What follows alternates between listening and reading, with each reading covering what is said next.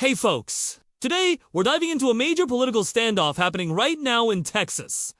Democratic lawmakers in the Texas House have staged a dramatic walkout, leaving the state to block a Republican push for new congressional redistricting maps. This move is all about preventing what they're calling Trump's redistricting plan, which aims to give Republicans a stronger grip on the U.S. House ahead of the 2026 midterm elections. These Democrats are now pleading for public donations to keep their protests going, as the costs are piling up and the fight could drag on for weeks or even months. Let's start with the background. Texas is in the middle of a special legislative session called by Republican Governor Greg Abbott.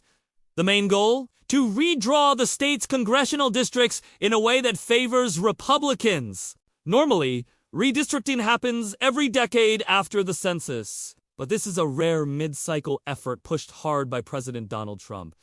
Trump has been urging GOP-controlled states like Texas to tweak their maps now to lock in advantages for the in Texas, which has 38 congressional seats. Republicans already hold 25, and they're aiming to flip 5 more to their side. If successful, this could help Republicans maintain or expand their narrow majority in the U.S. House, where they currently have 219 seats to Democrats. 212 with 4 vacancies. B56246, Trump himself has said, "We are entitled to 5 more seats," emphasizing how crucial Texas is to his party's strategy. The Democrats' response has been bold. On August 3rd, 2025, at least 51 Texas House Democrats out of the chamber's 62 Democratic members fled the state to break quorum. The Texas House needs at least 100 out of 150 members present to conduct business. And with Republicans holding a majority, but not enough without some Democrats, this walkout grinds everything to a halt. Most of these lawmakers headed to Illinois, holding up in a hotel and conference center outside Chicago. A few have gone to places like New York and California for support. They're holding news conferences, meeting with allies, and even dealing with disruptions like a bomb threat that forced an evacuation one day. This isn't the first time they've done this. Back in 2021, Texas Democrats walked out to protest voting restrictions, though those eventually passed after they returned. The leader of this effort is State House Democratic leader Jean Wu, who's been front and center in explaining their strategy. By staying away, they're trying to run out the clock on the current special session, which ends on August 19th. But Governor Abbott could just call another one, turning this into a prolonged battle.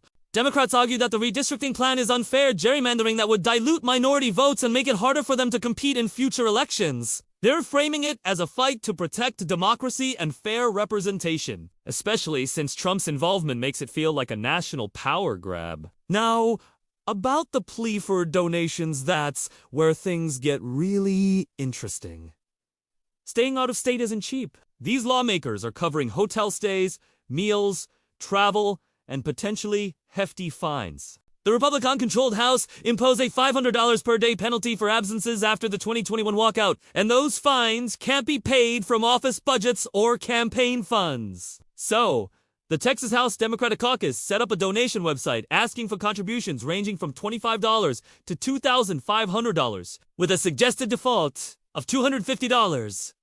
They're emphasizing small dollar support from everyday people, not big money donors. Jean Wu has shared stories of getting $5, $10, and $15 donations from folks across the country who want to back their stand. DA 45039BB6A Helping Foot the Bill is a political group called Powered by People, led by former Texas gubernatorial candidate Beto O'Rourke. They've covered some upfront costs, though the exact amount isn't public. Democrats have turned down offers from wealthy figures like Illinois Governor J.B. Pritzker, a billionaire, to keep the funding grassroots.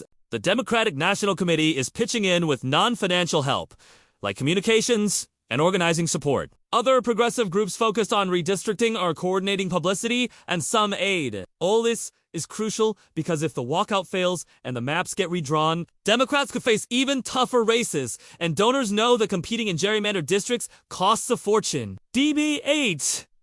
CE Republicans aren't taking this lying down. Governor Abbott has escalated things by asking the Texas Supreme Court to remove Jean Wu from office, calling him the ringleader of the walkout. He has also ordered the Texas Rangers to investigate possible bribery charges tied to how the Democrats are funding their trip. Texas Attorney General Ken Paxton is probing Powered by People for what he calls a financial influence scheme, suggesting it might amount to bribery by incentivizing lawmakers to stay away. Paxton even claims outsiders helping with costs could be culpable. Democrats, including Wu, have dismissed these accusations as ridiculous and politically motivated, arguing that no one's decisions are swayed by potential donations. It's all about principle. The House has issued civil arrest warrants for the absent Democrats, and state troopers could be involved in tracking them down, though enforcing that across state lines is tricky. There's even talk of involving the FBI, which has sparked outrage from Democrats who see it as